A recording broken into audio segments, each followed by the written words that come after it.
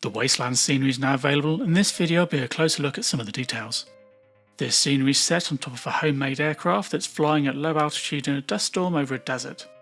The play area has vibrant green tiles with a strip of grass around the edge.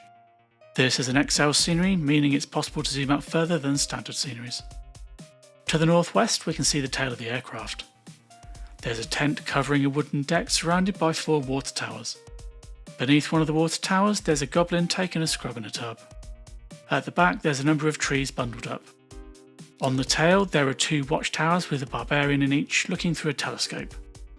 On the side we can see a wall wrecker, battle drill and log launcher covered in dust tethered in nets. To the northeast we can see the left wing of the aircraft. It is made of various wooden components bound together with rope. There are strips of cloth stitched together forming the wing surface, although there are various gaps and some pieces are flapping in the wind.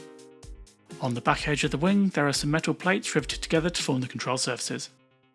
On the wing tip there are various supplies stored there.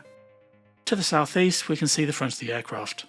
There's some wooden decking and we can see the main flight deck. There are 4 goblins powering the aircraft by rotating a wheel, apart from one cheeky chap not pulling his weight. There's an archer wearing flying goggles steering the aircraft and a barbarian looking forward through a telescope.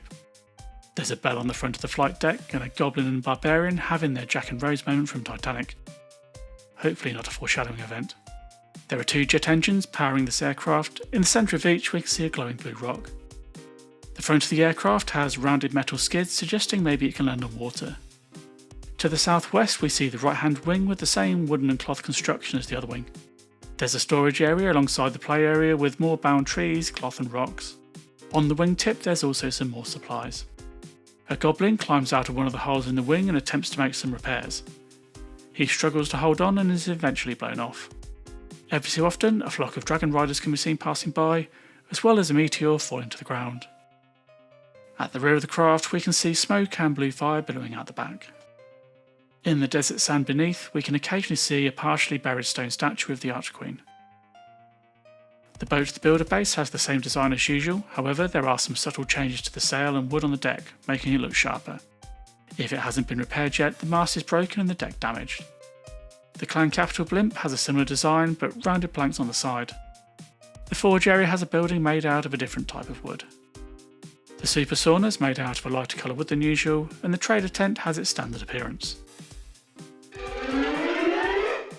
When viewing this scenery, there's custom background music.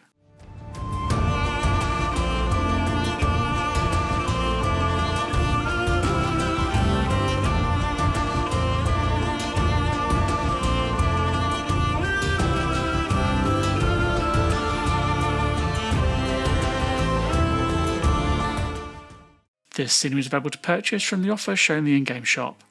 If you're planning on making any purchases or like to support my work, please consider using code NINJA. Thanks for watching.